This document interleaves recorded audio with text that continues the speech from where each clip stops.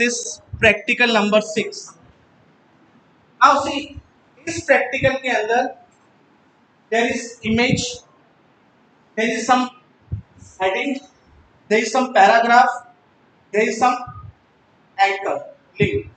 तो अगर आपको इसको अरेंज करना है, अगर आप सिंपल इसको डिव से सिंपल अगर आप इसको यूज करोगे तो ऑल द कार्ड्स, आप उसको कार्ड लेआउट बोल सकते हो, all the cards will be arrange horizontally, क्योंकि इसी अगर आप पैराग्राफ लोगे तो पैराग्राफ फुल विड्थ एक्सटेंड करेगा, so you can't arrange your content like this way. अगर मुझे इस वे में अगर अपना कंटेंट बनाना है, I am not able to create that, और मैं उसको बना ही नहीं पाऊंगा. तो div आपको वहां पर हेल्प करता है, आप पूरे के पूरे वेब पेज को अरेंज कर सकते हो using a div tag. So div is called the container tag for containing your content, and it is also known as block level tag because it contain multiple content. एक content नहीं ले रहा, picture भी ले रहा है, वो text भी ले रहा है, पैराग्राफ ले रहा है, हेडिंग्स ले रहा है, एवरीथिंग.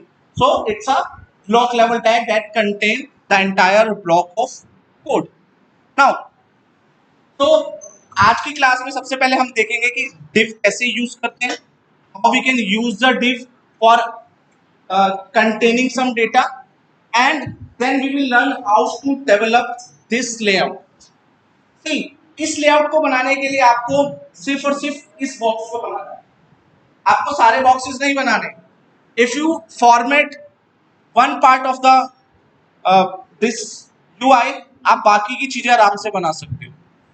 तो मैंने सिर्फ एक div बनाया. लेट्स सी, मैं आपको इसमें बता दूं इसमें div कैसे बना हुआ है. So there is basically a big div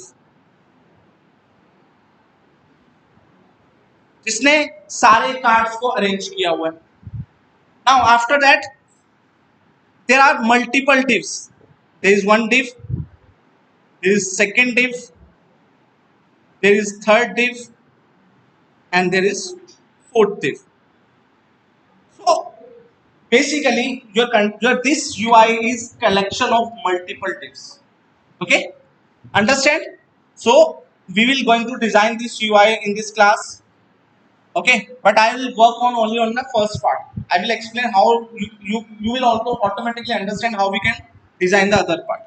ठीक है, so कैसे करते हैं, let's see. हम अपने फोल्डर पे चलते हैं, open with the code,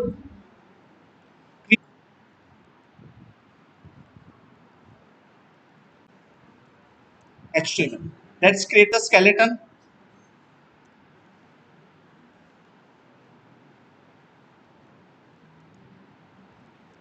Div tag.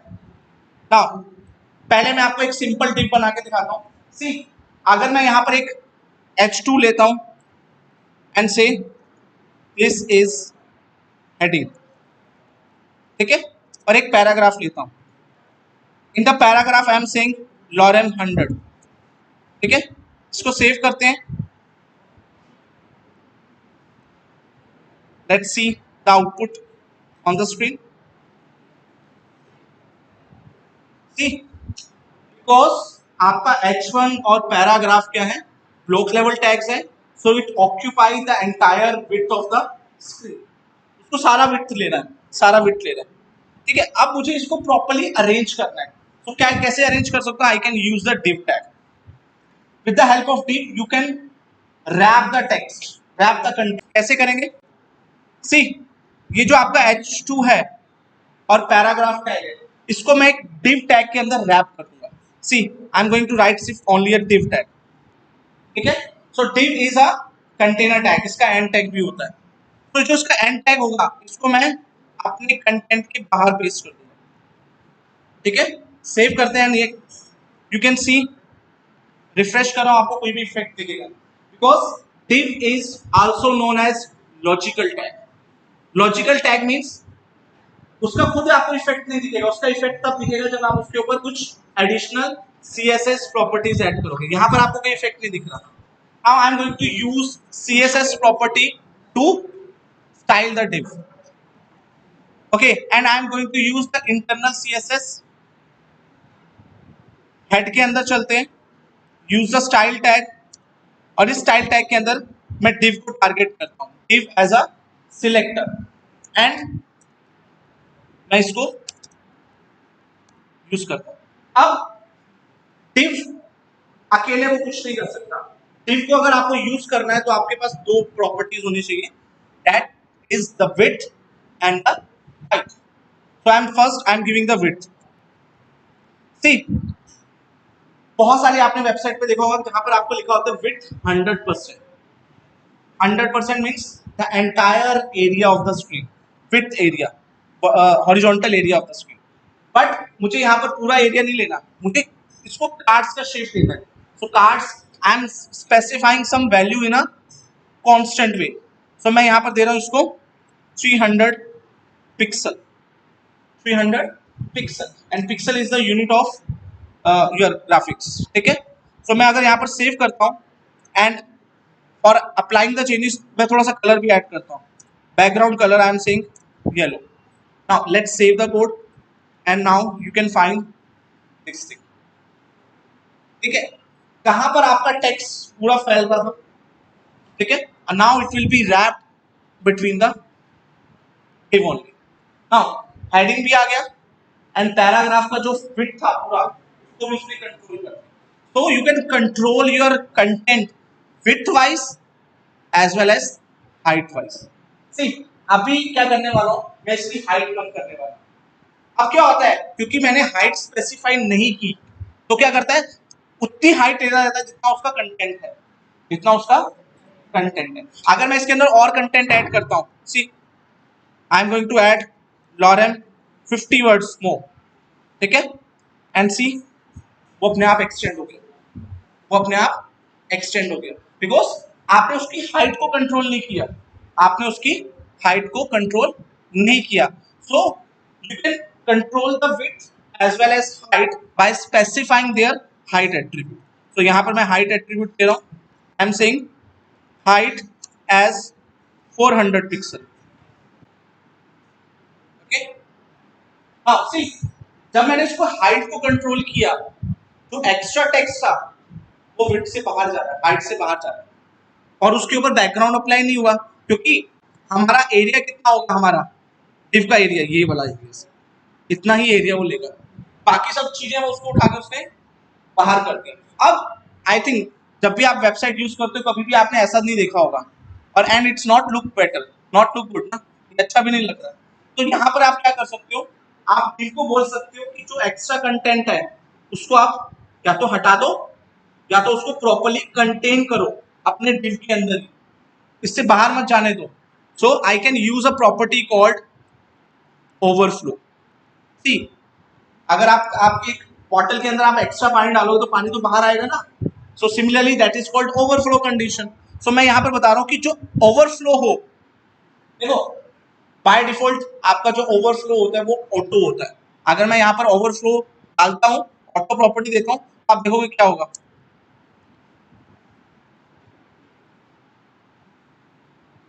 आपका सारा का सारा कंटेंट उसके अंदर आ गया div के अंदर, और उसने आपको एक स्क्रॉल बार दे दिया कि आप सारा का सारा कंटेंट व्यू कर सकते हो, सारा का सारा कंटेंट व्यू कर सकते हो. But again I am not liking this UI. मुझे तो ये यूआई अच्छा नहीं लग रहा है. एक फालतू का स्क्रॉल बार आ गया, मैं तो राइट साइड के स्क्रॉल बार से परेशान होता हूँ, एंड ये तो उसने बीच में स्क्रॉल बार लगा दिए. So again it's not look good. So मैं क्या करता हूँ, I am using another property that is called hidden. Let's see, I think now it's good better. But आप बोलोगे कि सर मेरा कंटेंट तो डिलीट कर दिया आपने, वो तो दिखेगा नहीं. और यहाँ पर आप क्या यूज कर सकते हो, एक जो मैंने प्रैक्टिकल 6 में डाल रखा है. सी, जो एक्स्ट्रा कंटेंट है जब आप उस पर जाते हो, दिस इज अ बटन. जब मैं इस पर क्लिक करता हूँ, you can view the entire content, you can view the entire content this point. Now अभी क्या करने वाला हूँ, मैं एक और div बनाने वाला हूँ with the same content. So that is the benefit कि अगर आपका एक कंटेंट बन गया आप उसको कॉपी पेस्ट करके दोबारा बना सकते हो. तो मैंने इसको कॉपी पेस्ट किया है. You can use the shortcut shift alt down arrow. इससे क्या होता है आपका डेटा div के अंदर, तो आप देख सकते हो एक नीचे एक और div बन रहा है, नीचे एक और div बन गया. लेट्स करेक्टेड, इसको एक बार थोड़ा सा बॉर्डर ऐड कर देते हैं. Let's add border 2 pixel solid green and margin bottom 10 pixel. अब आपको दो दिख रहे हैं अलग अलग बॉक्सेस, बट यहां पर एक प्रॉब्लम आ गई, दोनों बॉक्सेस सेम कलर के हो गए, but I want the other box to be of different colour. अब प्रॉब्लम सेम क्यों आ रहा है? क्योंकि दोनों के नेम डिव हैं, दोनों के टैग्स क्या हैं? डिव. दूसरे को भी मुझे रैप करना है, इसलिए मैंने उसमें भी डिव टैग यूज किया. और अब क्योंकि मैंने CSS यूज किया हुआ, क्योंकि उनके कलर्स भी सेम हो गए. कलर्स क्यों सेम हो गए? सारी प्रॉपर्टी सेम होगी, उसके ऊपर सेम स्टाइल अप्लाई होगा. अब आपको सिर्फ एक चीज चेंज करना है, आपको कलर चेंज करना है, बाकी सब चीजें सेम रखनी है. तो अगर आपको कभी भी ये चीज मिले तो आप यहाँ पर क्या यूज कर सकते हो? You can use the core attributes. हमारे पास दो तरह के कोर एट्रीब्यूट्स होते हैं. One is called class attribute and the other is called ID attribute. Class attribute क्या कैसे काम करता है? सी, आपको सारी प्रॉपर्टी सेम रखनी है. Like you all belongs to third year, so third year is a class and that represent all of your students. आप सारे स्टूडेंट क्लास 3 से बिलोंग करते हो. तो जब आप क्लास लिखोगे तो आप सब अपनी क्लास में क्या लिखोगे? Third year. अब मैं इन दोनों बॉक्सेस के अंदर क्लास यूज करने वाला हूं और दोनों की क्लास क्या रखूंगा? सेम. ठीक है. सो अब मैं डिव यूज नहीं करूंगा. अगर आपके पास 4 बॉक्सेस होंगे तो सबके ऊपर सेम कलर होंगे, बट आप चाहते हो कि 4 बॉक्सेस तो एक जैसे हो, ठीक है, जो सेम क्लास से बिलोंग करते हो. तो आप क्या करने वाले हो? यहाँ पर क्लास यूज करने वाले हो. सो मैं डिव के साथ क्या यूज करूंगा? क्लास, और इसका मैं नाम दूंगा बॉक्स. ठीक है, इसको कॉपी करता हूं, नेक्स्ट डिव के अंदर गया, इसका क्लास बॉक्स दिया. अब बॉक्स देने से क्या होगा? सबकी हाइट, विड्थ, ओवरफ्लो, बॉर्डर सबके ऊपर सेम इफेक्ट पड़ेगा. ठीक है, लेट्स सी. बट इसको आप यूज करने का तरीका क्या है? यूज करेंगे कैसे? Let's see.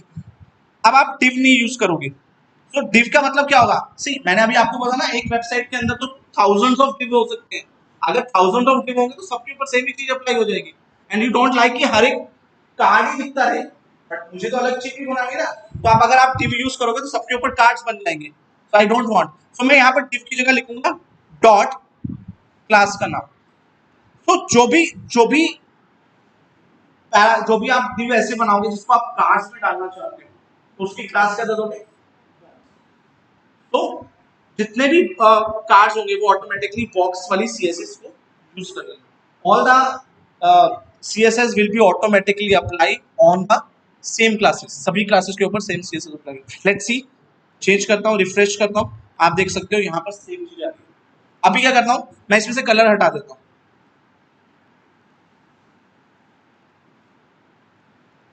ठीक है, अगर मैं रिफ्रेश करता हूँ, आप देख सकते हो दोनों के कलर हट गए. ठीक है, क्योंकि दोनों सेम क्लास से बिलोंग करते हैं. अब मुझे सिर्फ क्या करना है? कलर्स अलग अलग करने हैं. सिर्फ कलर्स अलग करने हैं, बाकी प्रॉपर्टीज अलग नहीं करनी. तो यहां पर मैं दूसरा कोर एट्रीब्यूट यूज करने वाला हूं, that is called ID. Now ID is like your roll number. ID is like your roll number. Every student that belongs to third year having a unique roll number, so that you can identify. Similarly यहां पर क्या कर रहे हैं? मैं अपने tags को, every tag should have a core attribute that is called ID. तो मैं क्या करने वाला हूं? जो बॉक्स है, जो फर्स्ट वाला डिव है, उसको मैं एक आईडी देने वाला हूं. I am saying box 1. Okay, now दूसरे वाले बॉक्स को मैं आईडी देने वाला हूं बॉक्स 2. अब दोनों अलग अलग हो गए. अब दोनों के लिए मैं कर सकता हूं, सिर्फ कलर चेंज करूंगा, सिर्फ कलर प्रॉपर्टी चेंज कर दूंगा. सी, मैं ऊपर जाता हूं, I will use hash. Now ID को एक्सेस करने के लिए आप हैश यूज करोगे, क्लास को एक्सेस करने के लिए आप डॉट यूज करोगे. So I am saying box 1 having the background colour से येलो. तो इसी कोड को कॉपी किया और बॉक्स 2 किया, और कलर मैंने कर दिया पिंक. कलर कर दिया मैंने pink. Now see, let's save the things, refresh the page and see. दोनों बॉक्सेस अलग अलग कलर के. सिमिलरली अगर आप 4 बॉक्सेस बना रहे हो, you can change the colours of all the other boxes as well. Let's see. तो मैं नीचे गया, ये हमारा कोड है क्लास 3 मतलब बॉक्स 3 एंड बॉक्स 4। नाउ सिर्फ और सिर्फ आपको आईडी चेंज करनी है। अगर आप क्लास चेंज कर दोगे तो उसकी हाइट और विड्थ तो फिर चेंज नहीं होगी। So class remain same, only the IDs will be change. Okay, now let's change the colours. So here I am saying orange and here I am saying here 4 3।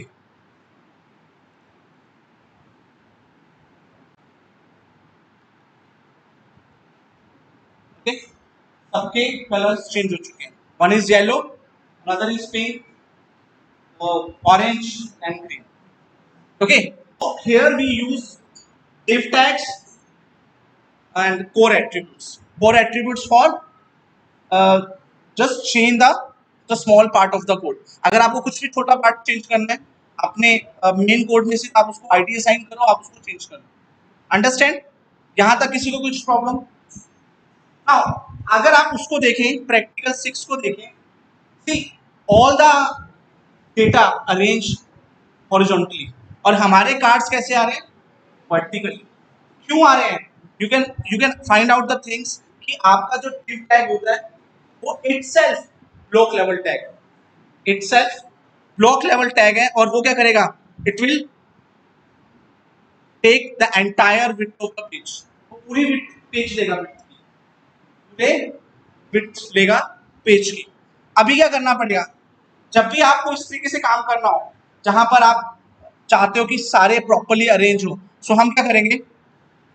Practical 6 में दिखाता हूं। यहां पर क्या करूंगा, मैं एक आउटर डिव बनाऊंगा और उस डिव को मैं बोलूंगा कंटेनर, और उसको बोलूंगा कि मेरे जो जितने भी कार्ड्स हैं उसको आप प्लीज प्रॉपर्ली अरेंज करो, प्रॉपर्ली अरेंज करो। सो आप मैं मेन डिव को बोलूंगा कि kindly arrange all the child divs according to our requirement. तो सी कैसे करते हैं?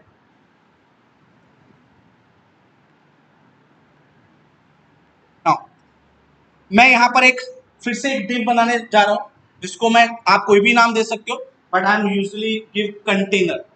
और आप उस कंटेनर को, क्योंकि कंटेनर एक ही होगा, आप चाहे उसको आईडी से दें या चाहे आप क्लास से दें। ठीक है, मैं यहां पर आईडी से दे रहा हूं बिकॉज इट्स अ सिंगल। तो यहां पर मैं यूज करूंगा hash container. So this is a shortcut in VS code कि अगर आप हैश लगाते हो और एंटर प्रेस करते हो तो ऑटोमेटिकली एक डिव बना देता है and their ID is automatically set as container. अभी जो उसका लास्ट टैग होगा, एंडिंग टैग होगा, इसको आप लास्ट वाले जो डिव होगा उसके लास्ट में पेस्ट कर दोगे। तो ये जो लास्ट वाला डिव है इसके नीचे में इसको पेस्ट करने वाला। अब container is your parent tag and the inner divs are their child tags. तो अब मैं क्या बोलूंगा? अपने पेरेंट को बोलूंगा कि please arrange all the cards according to the requirement as a horizontal way. So कैसे करेंगे? मैं अपने स्टाइल में चल रहा हूं। यहां पर मैं कंटेनर को टारगेट किससे करूंगा? हैश से, and I am writing container. Now there is a question कि हम कौन सा लेआउट यूज करने वाले हैं। सी हमारे पास सीएसएस के अंदर बहुत सारे लेआउट्स ऐड हो चुके हैं। Okay, like flex layout, grid layout, या एक नॉर्मल लेआउट जो आप पहले हम यूज करते थे। तो डिपेंडिंग अपॉन अवर जो भी हमारे सेशंस आएंगे मैं आपको एक एक करके सारे एक्सप्लेन करूंगा। But for this practical I am using a property called display inline flex and this is the property of flex layout. ठीक है, तो मैं एक प्रॉपर्टी यूज कर रहा हूं। ये करेगा जितने भी चाइल्ड एलिमेंट्स होंगे उसको उसका डिफॉल्ट बिहेवियर खत्म कर देगा। उसका डिफॉल्ट बिहेवियर क्या था? पूरा विड्थ लेना। उसको पूरे विड्थ को हटा के उसको फ्लेक्सिबल कर दिया, मींस इनलाइन, एक के बाद दूसरे के साथ ऐड कर दिया। Let's see.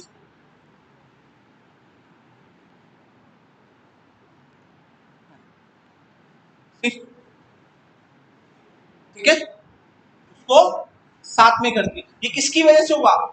पेरेंट कंटेनर की वजह से हुआ, क्योंकि मैंने पेरेंट कंटेनर को बोला अगर ये प्रॉपर्टी में कहां डालता? अपने चाइल्ड में डालता, तो क्या फर्क आएगा उसको भी देख लेते हैं। ये जो इनलाइन वाला है इसको यहां से कट करता हूं, अपने बॉक्स में डालता हूं। अब बॉक्स से क्या होंगे, एक पे डालूंगा सारे बॉक्सेस पे सेम अप्लाई होगा। Let's see, display inline flex.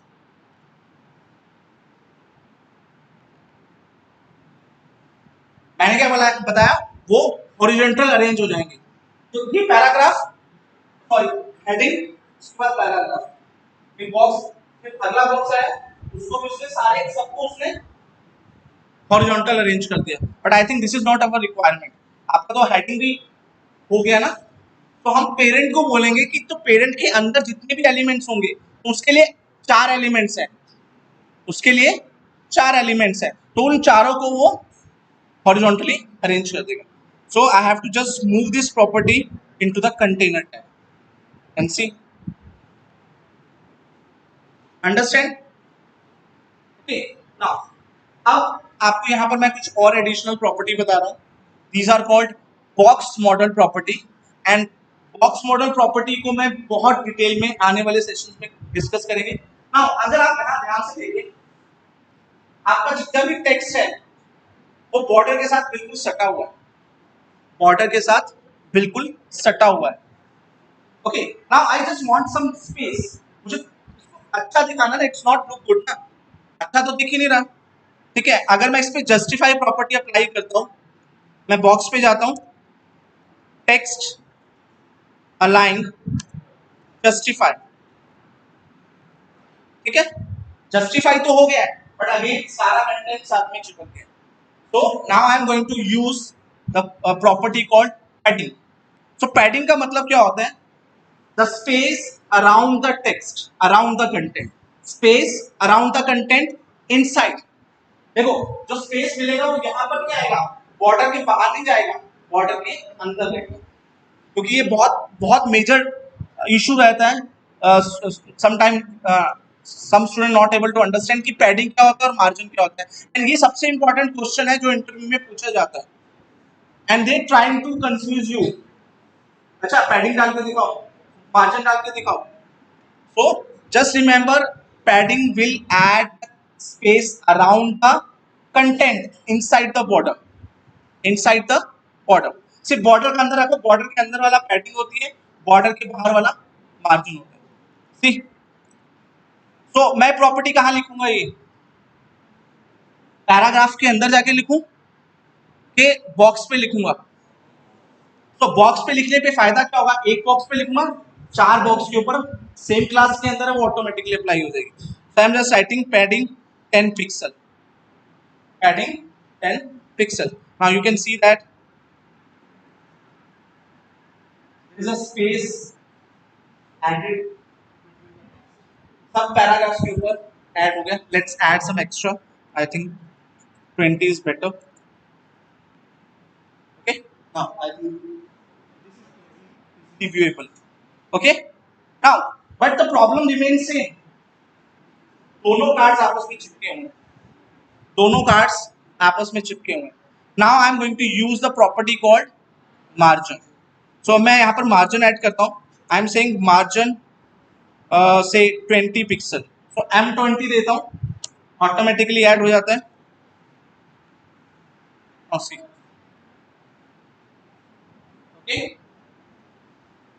Add हो गया। ओके, बट एक छोटा सा प्रॉब्लम हो गया मेरे लिए।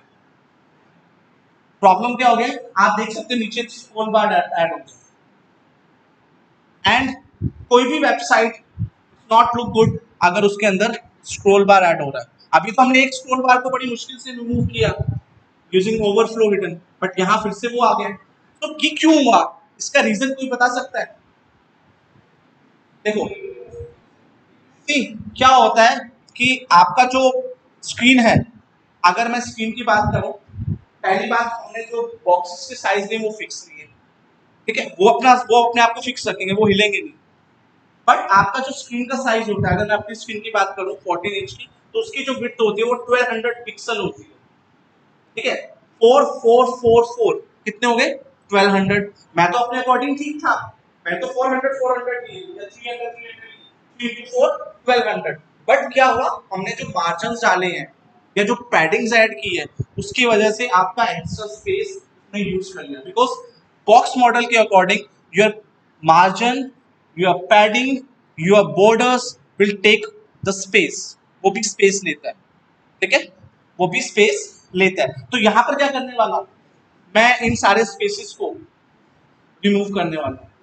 ठीक, कैसे रिमूव करते हैं, and according to that property वो कहती है कि जितना डिव का साइज उतना ही रहे, जो एक्स्ट्रा स्पेसेस होते हैं वो हट जाए। क्या होता है कि या तो आप क्या करो, अपने स्पेसेस को, आपको पता है मेरी स्क्रीन का साइज 1200 पिक्सल है, आप उसको उसके अकॉर्डिंग लेके चलो। आप कंटेनर को बोलो विड्थ 100% ले, ठीक है, आप अपने कंटेनर को बोल सकते हो मेरी विड्थ 100% ले, जितना स्पेस मिलता है उतने ले, बट क्योंकि आपके बॉक्सेस फिक्स हैं और कुछ एक्स्ट्रा पैडिंग आपने ऐड कर दी तो वो ले रही है। तो हम क्या कर सकते हैं, हम एक रूल यूज करने वाले हैं, that is called the thumb rule. आप उसको थंब रूल बोल सकते हो या डिफॉल्ट रूल बोल सकते हो, मैं थंब रूल बोलता हूँ।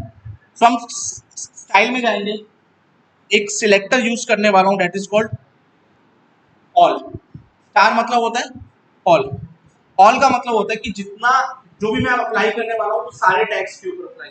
सी, हर एक टैग, हर एक डिव, ब्लॉक लेवल एलिमेंट्स, सम डिफॉल्ट मार्जिन और पैडिंग लेके चलते हैं, ठीक है। सो मैं यहाँ क्या करने वाला हूँ, इस डिफॉल्ट रूल के अंदर जाके पैडिंग को 0 करने वाला हूँ, मार्जिन को 0 करने वाला हूँ, और बॉक्स साइजिंग बॉर्डर बॉक्स, ठीक है। पैडिंग 0 मतलब जो जो डिफॉल्ट बिहेवियर होते हैं हर एक टैग्स के, जो थोड़ी बहुत पैडिंग मार्जिन छोड़ के लेके चलते हैं, वो सबको हटा देगा। अगर आप ध्यान से देखो, ये जो आपकी हेडिंग है, देखो हेडिंग के ऊपर नीचे कितना स्पेस आ रहा है, मैंने तो इतना स्पेस डाला ही नहीं, ये स्पेस तो मैंने डाला ही नहीं, फिर भी वो एक्स्ट्रा आ रहा है बिकॉज। और अगर आप ध्यान से देखो, यहाँ स्क्रीन के लेफ्ट में भी, ऊपर भी, लेफ्ट, इतना स्पेस एक्स्ट्रा आ रहा है। तो हम क्या करने वाले हैं, इसको रिमूव करने वाले हैं by using padding 0, margin 0 and box sizing, saying that कि जितना बॉक्स का साइज है उतना लेके चलो, उसके अंदर की जो पैडिंग आपने डाली है वो कंटेंट में ही एडजस्ट करो, वो कंटेंट के एडजस्ट करो, मेरे को मत दो, मुझे एक्स्ट्रा स्पेस नहीं चाहिए, उसको कंटेंट के बीच में स्पेस ऐड करो। तो क्या होगा, कंटेंट का जो एक्स्ट्रा स्पेस था वो ओवरफ्लो के बाद चला जाएगा, ठीक है। लेट्स सी कुछ इफेक्ट पड़ता है या नहीं पड़ता, ठीक है, ये देखो कुछ इफेक्ट पड़ा है, अभी भी स्क्रॉल डाउन आ रहा है, क्यों आ रहा है, बिकॉज हमने जो बीच में पैडिंग दी थी ना, जब हम पैडिंग देते हैं या मार्जिन देते हैं, मार्जिन की बात करता हूँ, सो मार्जिन 4 तरफ आता है, 4 साइडेड आता है, एक तरफ नहीं आता, लेफ्ट में भी आता है, राइट में। सो अगर मैं इसमें मार्जिन दिया तो यहाँ 2 तरफ मार्जिन आ रहा है, लेफ्ट की तरफ से लेफ्ट वाले बॉक्स के लिए मार्जिन दिया और इसके लिए राइट मार्जिन आ रहा है। तो हम क्या करेंगे, मार्जिन एक ही साइड रखेंगे, हमें बॉक्सेस को राइट साइड में डालना है, सो हम क्या करेंगे, ये जो मार्जिन दे रखा है तो मैं यहाँ पर मार्जिन राइट डालूंगा। तो मार्जिन राइट से क्या होगा, सिर्फ राइट साइड में मार्जिन ऐड होगा, कितना, 20 पिक्सल। आपको लगता है एक्स्ट्रा है तो आप उसको कम भी कर सकते हो, ठीक है। लेट्स सेव, सी, और आप देख सकते हो नीचे से स्क्रॉल बार हट चुका है, स्क्रॉल बार हट चुका है, नाउ इट्स लुक बेटर और प्रॉपर्ली सारी चीजें अरेंज हो गई, understand. So padding, margins, these are also very important when you are doing layout, जब भी आप लेआउट बना रहे हो, so these properties help you with height, margin, padding, okay, understand, done। अब वापिस चलते हैं अपने प्रैक्टिकल पे, आई थिंक पिक्चर ऐड करना है, ठीक है, अभी मैं सिर्फ एक ही के ऊपर ऐड करूंगा। See, the benefit of div tag is that, या आप अपनी CSS का एक बेनिफिट क्या होता है कि आप सिर्फ एक कंपोनेंट बनाओ, बाकी सारे कंपोनेंट ऑटोमेटिकली आप उसको डुप्लीकेट कर लो and automatically they are arrange, because हमने इनलाइन फ्लेक्स यूज किया है तो ऑटोमेटिकली अरेंज हो जाएंगे। सो अभी मैं सिर्फ एक ही जो बॉक्स है उसके ऊपर मैं आपको इमेज ऐड करके दिखा रहा हूँ, ठीक है। तो इमेज कहाँ ऐड हुई है, हेडिंग के ऊपर, ओके ना। अगर मैं इमेज टैग ऐड करता हूँ तो मेरे लिए एक प्रॉब्लम होने वाला है, image tag is inline tag, inline tag, उसका मतलब क्या होता है, अगर मैं इमेज को पैराग्राफ के साथ रखूंगा, पैराग्राफ के साथ में रखूंगा तो पैराग्राफ के साथ में ही आएगा, पैराग्राफ के साथ में चिपक जाएगा, क्योंकि वो, तो ब्लॉक का मतलब होता है हर बार एक नई लाइन से स्टार्ट होना, हर बार एक नई लाइन से स्टार्ट होगा। यहाँ पर H2 तो ब्लॉक है, नेक्स्ट लाइन में तो आएगा, बट इन फ्यूचर अगर आप उसको इमेज को पैराग्राफ के साथ अटैच करोगे तो पैराग्राफ के साथ ही चिपक जाएगा।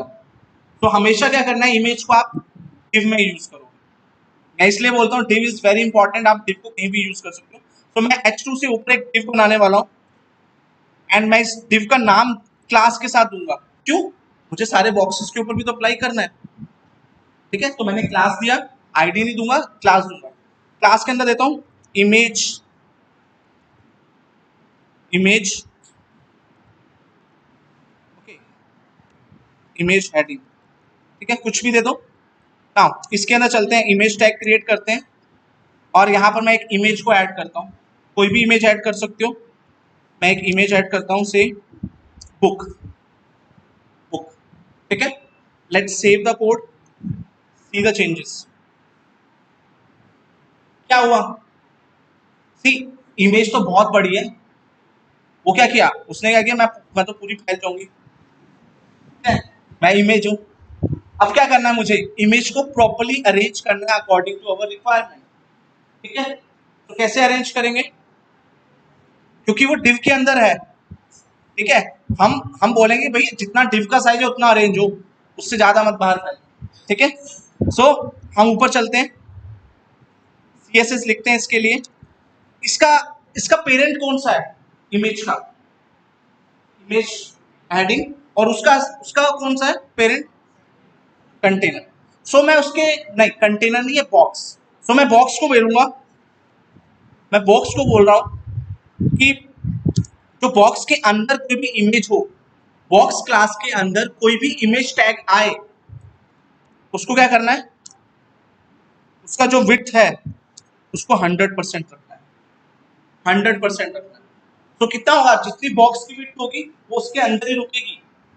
ठीक, सेव करते हैं। आगे इमेज उसके अंदर ही आ रही है, बट इमेज की हाइट ज्यादा है, तो हाइट तो हम कंट्रोल कर सकते हैं। So again I am going there, height I am saying 100 pixel, ठीक है।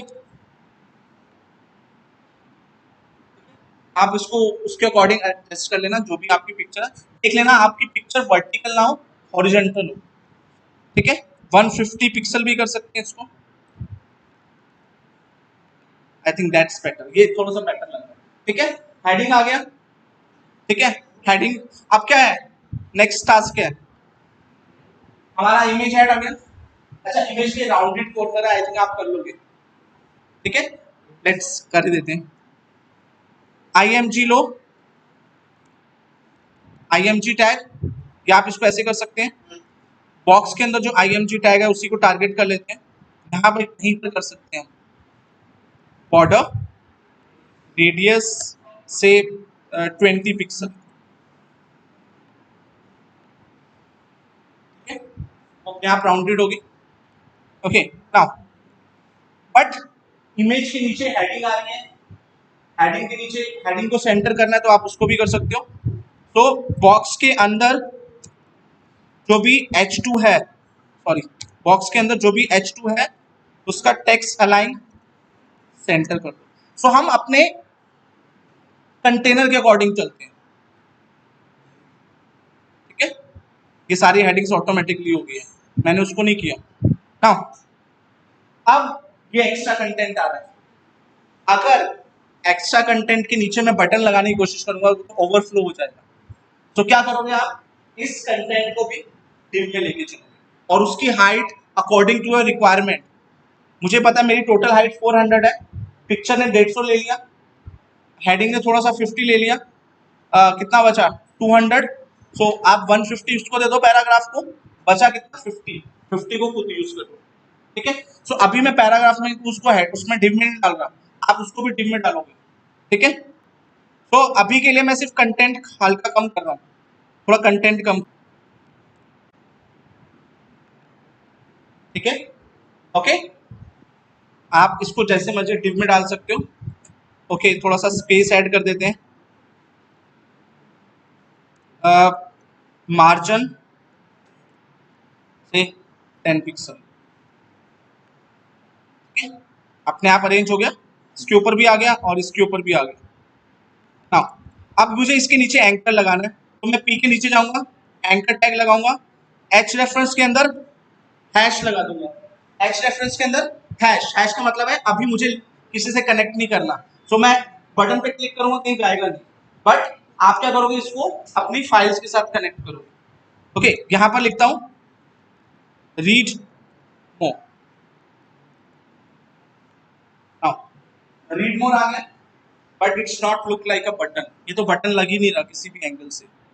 ओके, नाउ मुझे इसको किसमें कन्वर्ट करना है, बटन में कन्वर्ट करना है, बट उससे पहले एक बात, it's again an inline element, ये क्या है, इनलाइन एलिमेंट है, तो इसको आप वापस div में डालोगे, तो div का क्लोजिंग बाहर कर दो, क्लास इमेज लेते हैं। ओके, मैं माई बटन को टारगेट करता हूं, let's write the CSS for that, margin top. Okay, now button है ये, it's not a button, button नहीं लग रहा, सो मुझे क्या करना है, इसके ऊपर CSS की प्रॉपर्टीज ऐड करनी, so that it look like a button. So क्या करने वाला हूँ, टेक्स्ट डेकोरेशन नन, इसके नीचे से अंडरलाइन हट जाएगा, ठीक है। नाउ अंडरलाइन हट गया। Okay, problem is that margin top क्यों नहीं लग रहा था, मार्जिन ब्लॉक इसलिए लग रहा था बिकॉज जो आपका एंकर होता है वो इनलाइन एलिमेंट होता है, इनलाइन एलिमेंट के ऊपर आपकी पैडिंग और मार्जिन काम नहीं करते, ठीक है। सो सबसे पहली प्रॉपर्टी आपको यूज करनी पड़ेगी डिस्प्ले ब्लॉक, इनलाइन ब्लॉक, आप इसको इनलाइन ब्लॉक बोल रहा हूं। अब इनलाइन ब्लॉक से क्या होगा कि इनलाइन की तरह भी काम करेगा and it's also has the properties of the block element, ठीक है। अब लेट्स सी, अब तो लगना चाहिए, यस, ठीक है। नाउ अब ये ब्लॉक लेवल एलिमेंट हो गया, then it can also work as a text align centre. अब इस पे टेक्स्ट अलाइन प्रॉपर्टी भी लगेगी, बिकॉज टेक्स्ट अलाइन प्रॉपर्टी किस पे लगती है, ब्लॉक लेवल एलिमेंट्स के ऊपर, ठीक है। नाउ सी, ये सेंटर में भी आ जाएगा, आना चाहिए, नहीं आ रहा, इसको डिव पे लगा देंगे।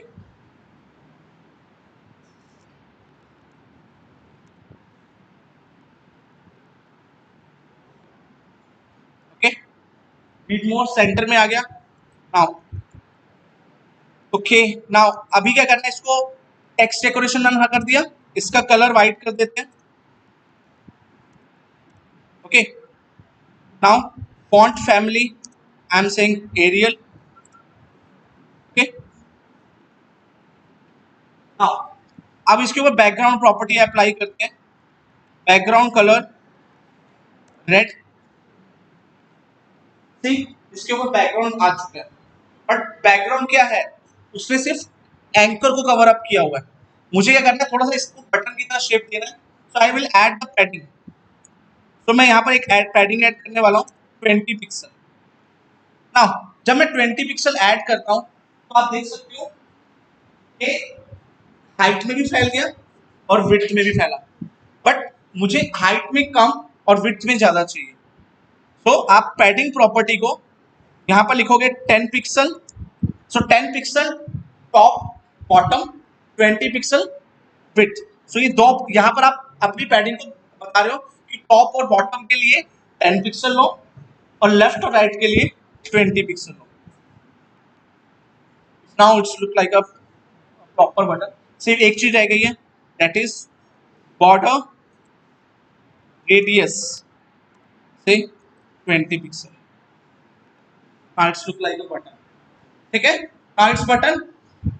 ओके, नाउ प्रैक्टिकल 6 में अगर आप देखोगे ये पूरा बटन ले रहा है, पूरा बटन ले रहा है, तो क्या करेंगे बताओ,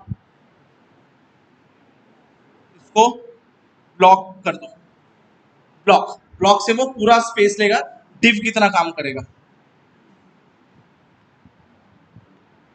ठीक है। पूरा स्पेस ले रहा है, उसको उसको मतलब नहीं है मेरे को जितना स्पेस चाहिए, जितनी मेरे को विड्थ मिलेगी मैं सारी स्पेस पे फैल जाऊंगा। Now one thing is that, इसके ऊपर आप देखो, जब उसके ऊपर मैं अपना कर्सर लेके जा रहा हूँ तो कलर ब्लू हो रहा है, so just change the colours. क्या करेंगे, माई बटन को टारगेट करेंगे, and we use a property called hover and say background color to be blue.